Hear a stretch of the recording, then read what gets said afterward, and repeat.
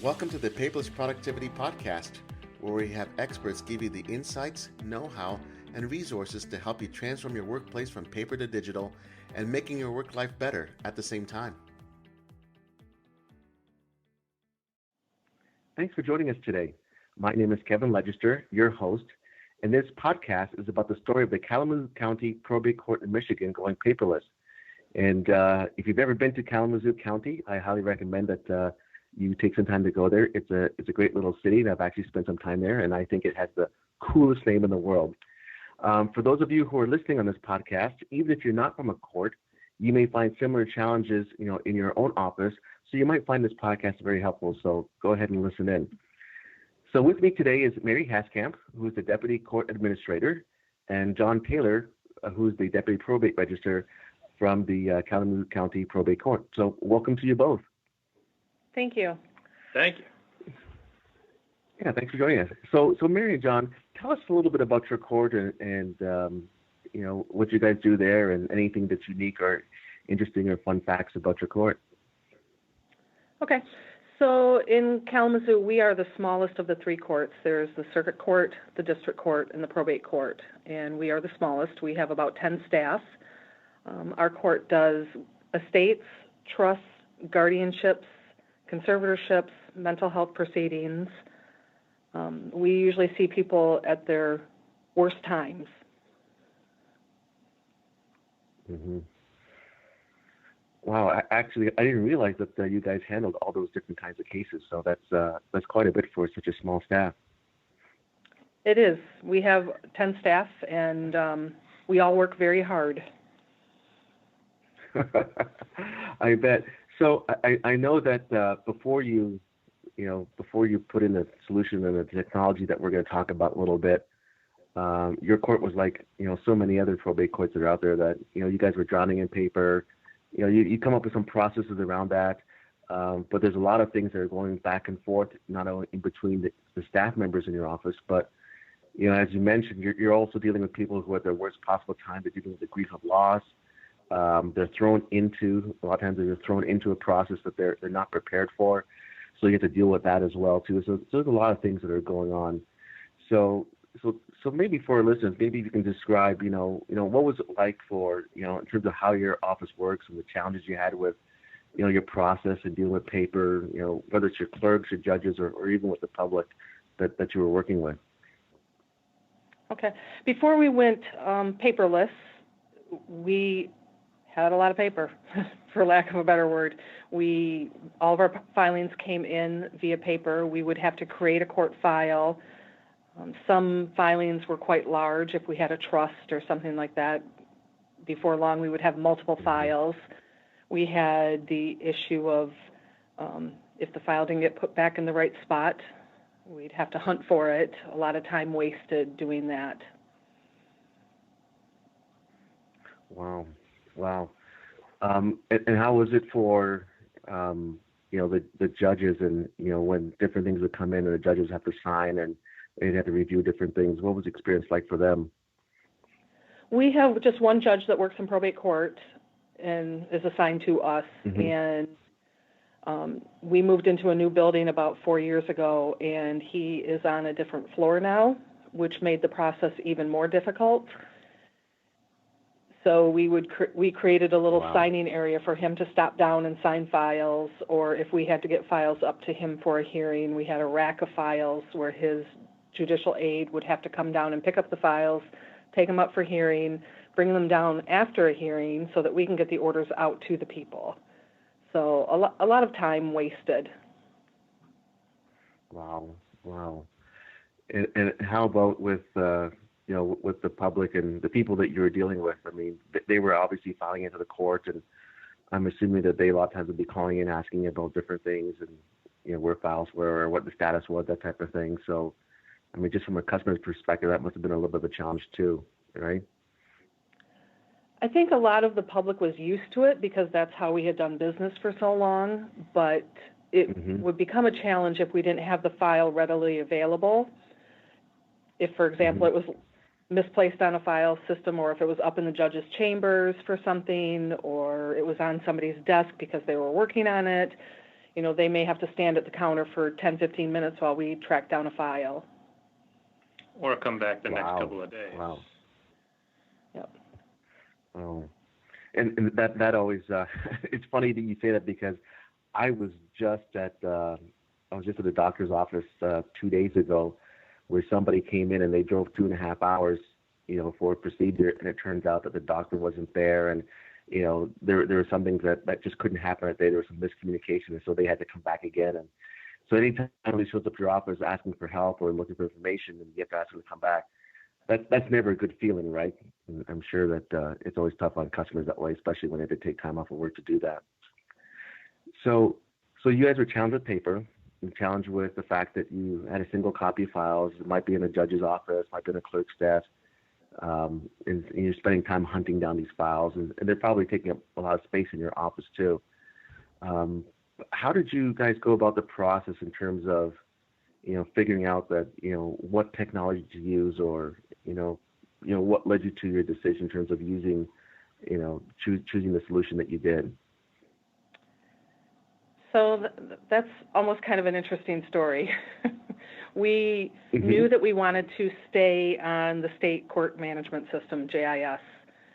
It's a solution that works really well for probate court. Our circuit court had chosen a different path to go on, and their solution really didn't work for us. It wasn't geared for probate. There's a lot of behind-the-scenes stuff that needs to be done, keeping track of our caseload and all of that. And the state system, JIS, just works so well for what we do. So we needed something that would work with JIS. And we actually started this process many years ago. And our prosecutor's office and district court were looking at on-base ImageSoft. And I just kind of tagged along. I'm like, I think we need to do this. So that's kind of how we chose you. They were already investigating you, and it seemed like a good fit. I saw the product a couple times at vendor shows. I liked how it looked. It seemed pretty easy to use. At the time that we were initially looking at this, I had staff that had been here a long time, a little bit older, not so computer savvy. Since going before we actually went live with it, my staff has changed, and I have a great staff that almost every one of them are pretty computer savvy now, so it's worked out really well. That's good. That's good. And you mentioned earlier that the other courts chose a system that wasn't going to work for you in terms of what you guys do in terms of your probate office. So I'm assuming then that the ability for you to configure the system the way you needed to work in your office was really one of the important factors in your decision. Would that be a correct statement? Yes, definitely. Awesome. So you implemented this technology and you configured to your system, and now I'm assuming you're storing all your paper files. You're imaging your files now, so you're not getting paper anymore, or you're getting paper, but you're now making them electronic. Are you guys still keeping copies of your paper files too as an official record? Do you guys have to do that, or are you just storing everything digitally now as much as possible? We're bringing everything in digitally currently, and then we're holding on to them for about 6 months just to make sure nothing was missed, or if we entered something that it is imaged and then we go back and find that we didn't do anything with it, we can go pull it and bring it in. So we're just coming up to the point where we're able to get rid of those already scanned in files. That's always the first moment where you take a deep breath, right? Like, okay, now I'm going to shred these files and get rid of them, and that's when you stick both feet in the ground and say, we're moving forward ahead with this. So I understand how that can be. So tell me a little bit now. Now you've implemented a solution. You're making this stuff electronic. You're keeping a paper copy just for archiving purposes, just as kind of a backup record until a certain period of time has passed. I understand that. But what does your office process look like today? How do you deal with paper coming in, your filings coming in, and creating these court case files, and how are people accessing those? Describe to us what the office environment feels like now.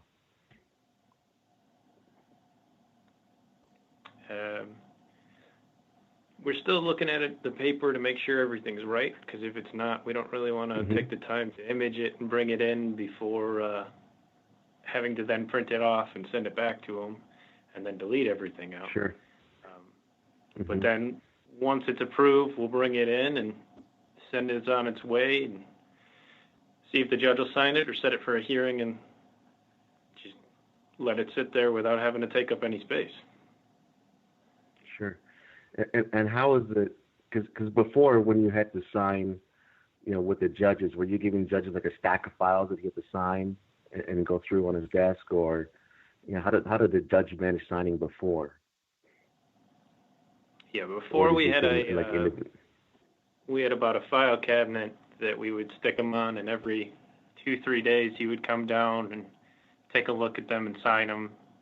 Some of the time you'd get them back, and some of the time you'd have to wait another week, depending on if he has to read them and make decisions from there. And how is your process now? How does the judge sign and review the documents now? Now we just send them electronically to him, and generally signing everything that same day, checking before he leaves and when he gets in the morning, and everything's pretty quick now. Yeah. And he's signing these electronically, right? So he's not printing these off, signing them, and then you're scanning them back in. It's all being done electronically, and then once he signs it, it's being routed back electronically to the clerks, I'm assuming, right? Is that your process? Correct. Cool. Awesome. So, how is this, you mentioned to me, a little bit earlier about how, sometimes people would come and they'd have to wait, 10, 15 minutes, or sometimes come back, on a different day. Has that improved at all in terms of, how the customer service has been? I think it has improved, and it will continue to improve. At this point, because we're still fairly new on it, we still have a lot of files in paper. It's kind of a daunting task to do all of your back filing. Most of our new stuff is on, when I say new stuff, I mean 2019 files, and we're doing other files as we touch them. So if it is electronic, we have a kiosk for the public to come in and view the files, and they seem pretty receptive to it and like it. So as we get more files on, it will definitely be much easier. Oh, wow. So let me just touch on that for a little bit, just so our listeners are aware of what this is. So when you're talking about a kiosk, you're talking about like a computer that's set up in your lobby or in your office where the public can come in and search for documents and view them, and can they print them out, or do you charge them for printing, or how does that work for you guys? Yes, they can print them. They actually print to a printer that's inside the office, because we do charge for copies, so they can't just sit there and print off copies and walk away. It is a computer that's in our lobby area that is visible to us so that we can assist them if they need help. Wow. But that's pretty cool. And that probably also takes some of the load off of customer inquiries too, if they can come in and search for themselves. Do you guys offer any online searches yet, or is that something you guys are thinking about in the future potentially? So people can just go online and search for these documents you're supposed to come in? We actually were one of the first courts that had our index through our case management system online. So people have been able to search our records for a long time. They just couldn't see the documents. They would have to come into the court if they wanted to view the file. I think at some point we will get to the point of putting stuff online, but we're not there yet. Sure. There's an issue with you have to take public and non-public documents and things like that we'll have to be conscientious of. Yeah, you want to make sure that sensitive documents are not automatically being delivered to the public.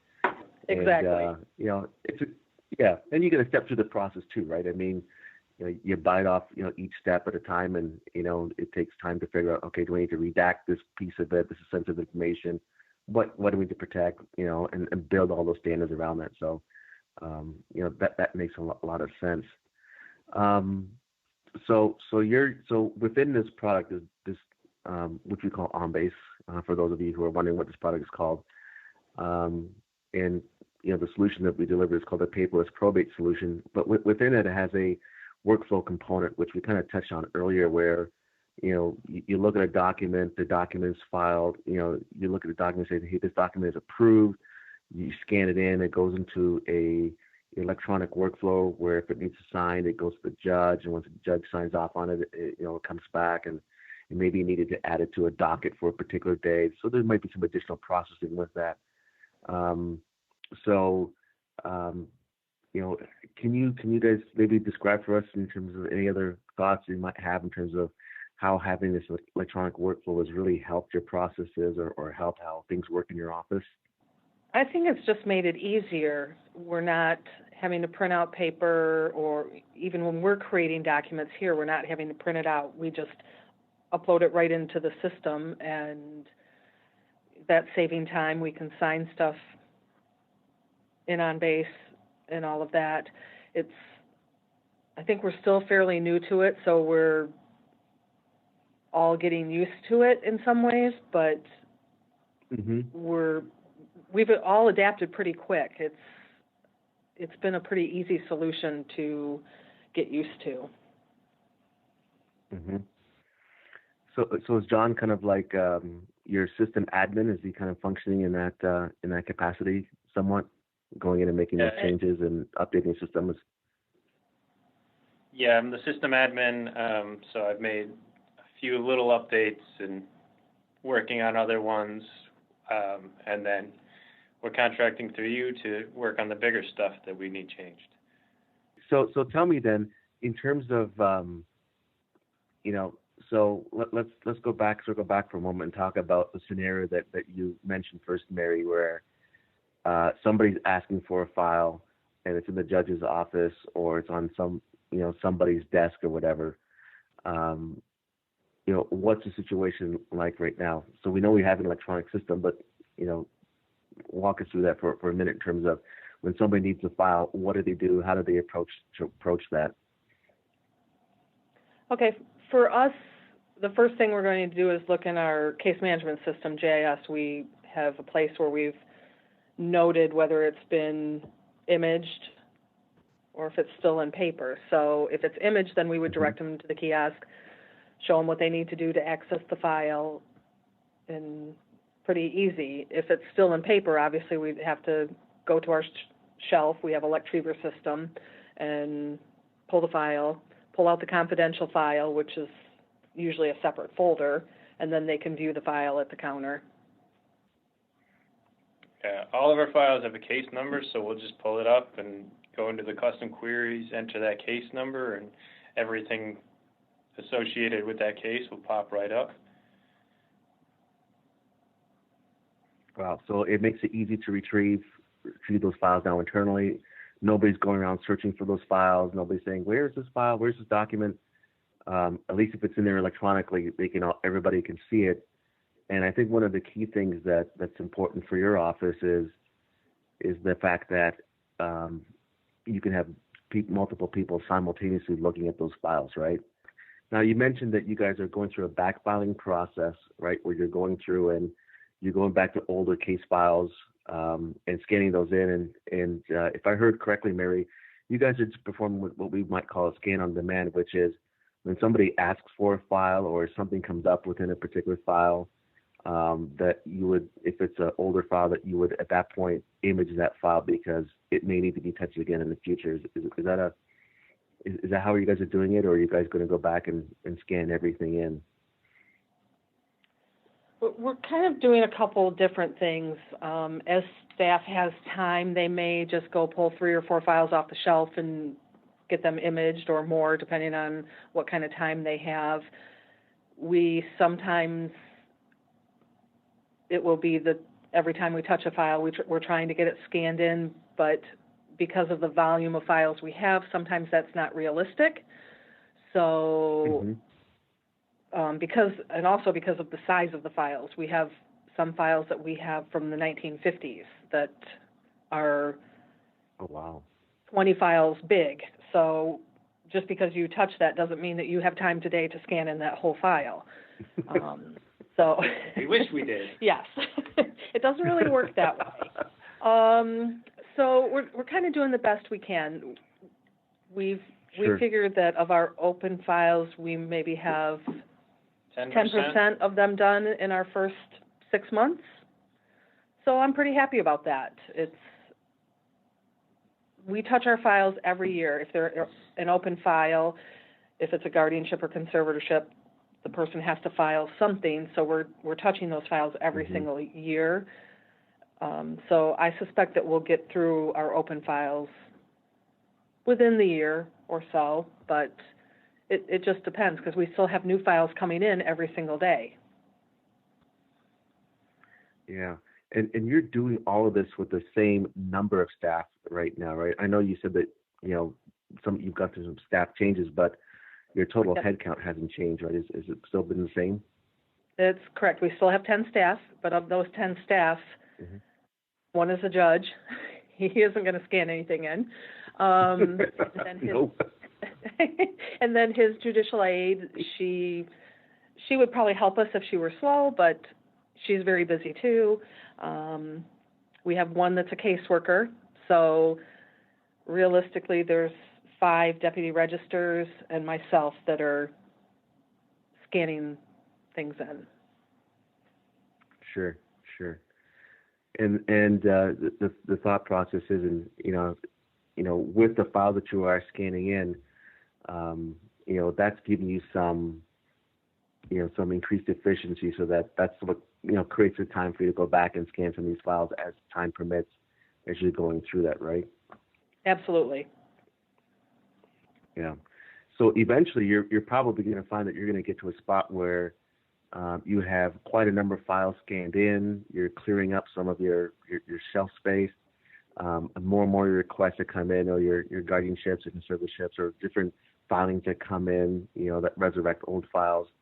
As time goes by, that the majority of those are going to be found inside the system, where you can just scan those in and it's there, as opposed to having to go back and manually scan that. That you're probably going to, find that you're going to have some, extra margin in your workforce or your staff. And so, I know with other courts, and maybe you can, if you've thought about this, great. If you haven't, you could just say so. But I know with other courts, when they start finding these efficiencies, they start discovering that, hey, now that we've got some time freed up, we've got some other projects on the back burner that we haven't touched in a while, or they've kind of been falling behind, that we can take, direct some of our staff to work on some of those things. So I don't know if there's any opportunities for you in that scenario, but have you thought about that at all, or do you think that's something that might happen on the horizon, where you've got some back burner project you've always wanted to work on, or just kind of been falling behind, that this will give you some additional capacity to do that?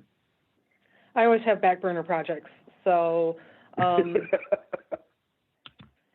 I think we will get to that point. It's still a little far off for us, but I do see that. We have a room full of closed files that will need to be addressed at a certain point. So, but if we can just get our open files on, that will be huge for us. Wow. So, and you have a room full of closed files. So let's suppose that you take care of these files in the next year or two, or however long it takes to get to those files. But that's going to free up some space in your office then, if you were able to, move some of those files out. Yes. Is that definitely a fair thing to say? Or?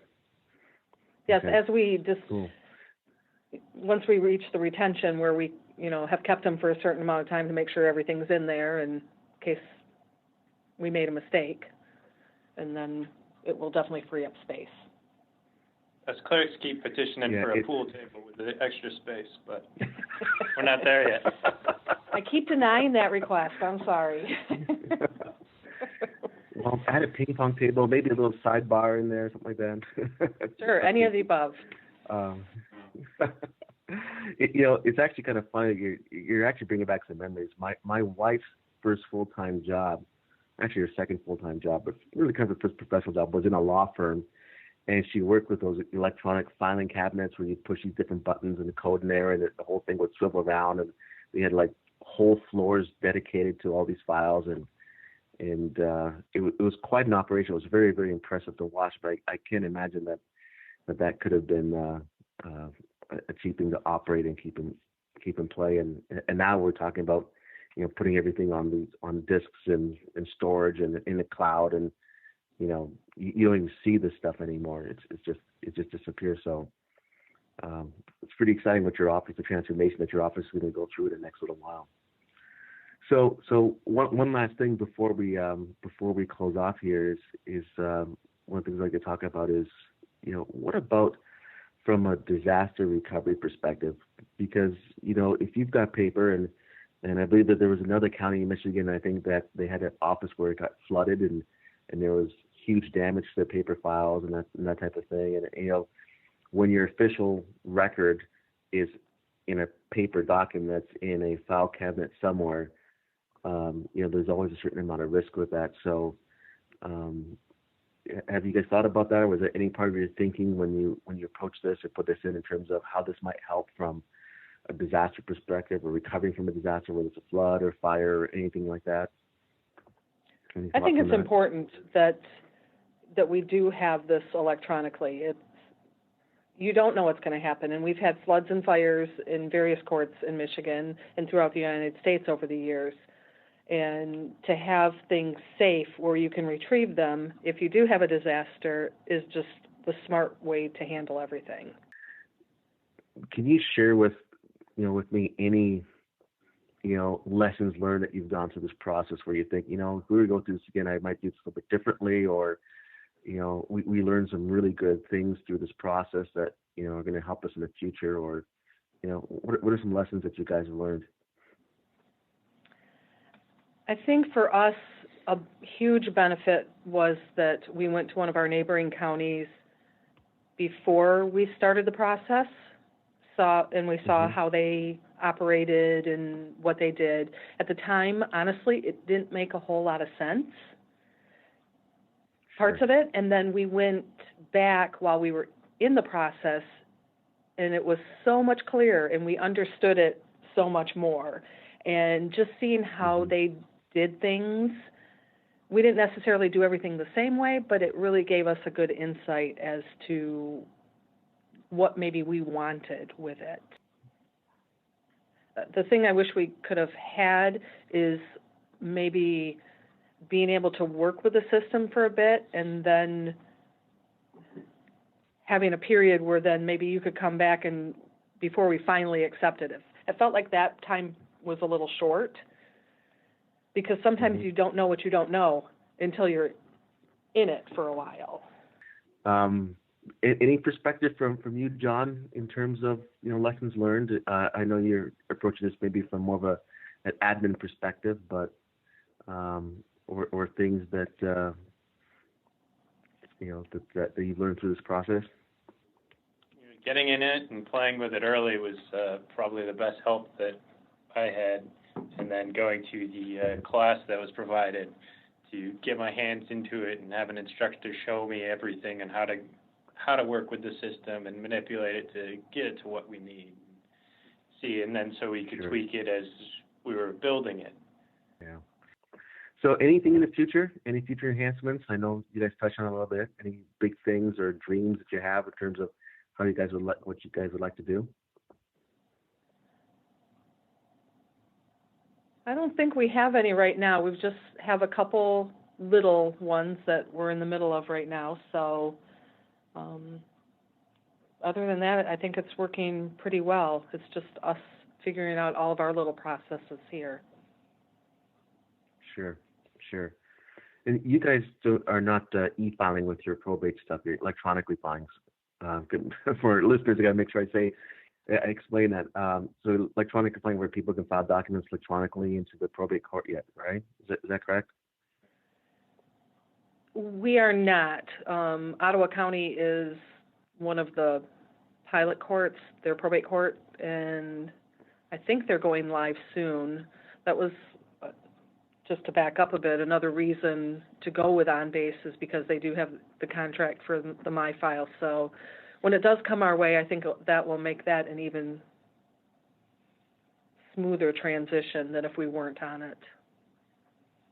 Sure. So when people are filing or attorneys are filing their documents electronically, and they're going through the state system, they can be transferred into your system pretty seamlessly, and you guys have the electronic record of the file, so you don't have to scan or go through that process or anything like that. It's just going to come with all the information and data that you need, for your records and your files. And that's my understanding, right? So this really helps to prepare you for e-filing for the future. Yes, definitely. Awesome, great. Well, Mary, John, this has been a great conversation, and I appreciate you guys taking time out of your day to join us and talk to us about your probate system that you put in place to go paperless and your experience with it, and just being honest and sharing with us, that other people listening to this can also see that that this is a process you can go through, and there's a lot of success that can be achieved if you take a few right steps in terms of learning how the product works, seeing how other people do it, and then also having somebody trained so that you can take ownership of the system as well.